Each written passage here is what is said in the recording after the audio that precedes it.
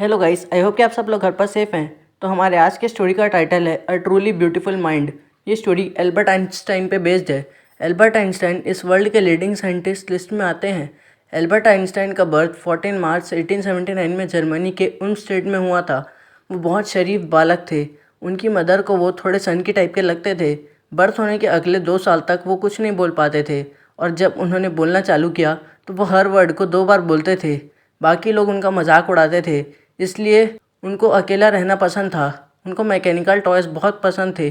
जब उनकी सिस्टर का जन्म हुआ तो वो कहते हैं, इसके व्हील कहाँ हैं। एक बार आइंस्टाइन के हेडमास्टर ने उनके फादर को पेरेंट्स टीचर मीटिंग में बुलाकर कहा, इस बच्चे का कोई प्रोफेशन नहीं है, ये कभी किसी भी चीज़ में सक्सेसफुल नहीं हो पाएगा।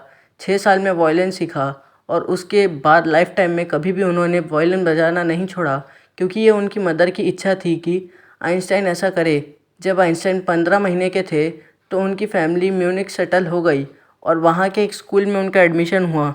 वो एक बहुत ब्राइट स्टूडेंट थे। उनके हर सब्जेक्ट में हमेशा अच्छे मार्क्स आते थे, बट उनको स्कूल का डिसिप्लिन कभी पसंद नहीं आया। वो बहुत से बार अपनी टीचर के साथ फाइट कर बैठते थे। उसके बाद जब वो 15 ईयर्स के हुए तो उन्होंने स्कूल जाना ही बंद कर दिया कुछ कारणों की वजह से। एल्बर्ट आइंस्टाइन की फैमिली म्यूनिख चले गए और आइंस्टाइन अपने रिलेटिव के साथ स्विट्ज़रलैंड, उसके बाद वहाँ रहकर उन्होंने अपनी पढ़ाई पूरी की। आइंस्टाइन को मैथ्स और फिज़िक्स में बहुत इंटरेस्ट था, तो उन्होंने ज्यूरिख यूनिवर्सिटी में स्टडी करने का डिसीज़न लिया। उसके बाद वहाँ उनको एक फेलो फ्रेंड मिलती है जिनका नाम था मिलेवा मेरिक। वो बहुत ज़्यादा इंटेलिजेंट थी। वो सर्बिया में रहती थी। ज्यूरिख पूरे यूरोप की मात्र एक ऐसी यूनिवर्सिटी थी जहाँ वुमेंस को ग्रेजुएशन मिलता था।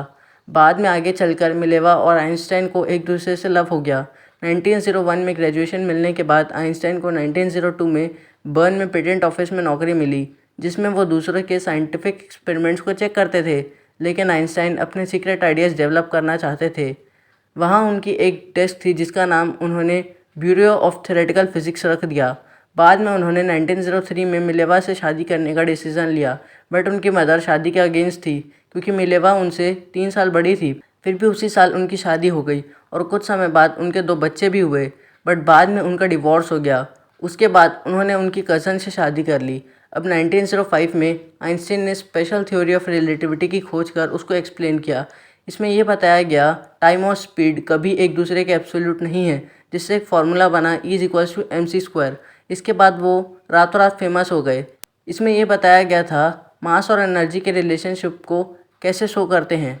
इस थ्योरी के रिलेटिविटी को समझाने के लिए उन्होंने एक एग्जाम्पल यूज़ किया। अगर आप अपने बेस्टी के साथ बैठो तो 2 घंटा 2 सेकंड की तरह लगेगा, और अगर आप पानी में डूबते हो तो 2 सेकंड 2 घंटे की तरह लगेगा। बस यही रिलेटिविटी थी। अब 1915 में आइंस्टाइन जनरल थ्योरी की रिलेटिविटी को रिलीज़ किया, जिसमें उन्होंने साइंटिस्ट को ग्रेविटी एक्सप्लेन करने का न्यू आइडिया दिया। आइंस्टीन के इस वर्क का नाम साइंटिफिक रिवॉल्यूशन पड़ा। फिज़िक्स के कंट्रीब्यूशन की वजह से 1921 में उनको नोबेल प्राइज़ मिला। उस वक्त पूरे वर्ल्ड से उन्हें इनविटेशन आ रहा था। इसके बाद मीडिया ने उन्हें और पॉपुलर बना दिया। 1933 में नाज़ी पार्टी को पावर मिलने के बाद वो यूएसए शिफ्ट हुए। 5 साल बाद यानी 1938 में न्यूक्लियर फिजन बनने के बाद जितने भी यूएसए फिजिशियन थे उनको चिंता होने लगी कि नाज़ी एटम बॉम्ब से सबको ख़त्म कर देंगे। अब आइंस्टाइन ने अमेरिका के प्राइम मिनिस्टर को 2 अगस्त 1941 को लेटर लिखा कि ये बॉम्ब बहुत ज़्यादा हार्मफुल हो सकता है, बट अमेरिकन्स ने बॉम्ब रेडी करके 1945 अगस्त में हिरोशिमा और नागासाकी बॉम्बिंग की। इससे आइंस्टाइन को डीपली हर्ट हुआ। बाद में उन्होंने यूनाइटेड नेशंस को लेटर लिख के कहा कि उन्हें एक वर्ल्ड गवर्नमेंट रेडी करना चाहिए, बट इसका कोई रिस्पांस नहीं आया। 10 साल बाद आइंस्टाइन पॉलिटिक्स में आ गए। उन्होंने अपना पूरा ट्राई किया कि वो वर्ल्ड पीस और डेमोक्रेसी में कंट्रीब्यूट कर सके। 76 ईयर्स दुनिया में बिताने के बाद 1955 में उनकी डेथ हुई। उनके डेथ के बाद विजनरी सिटीज़न के नाम से उन्हें सम्मानित किया गया।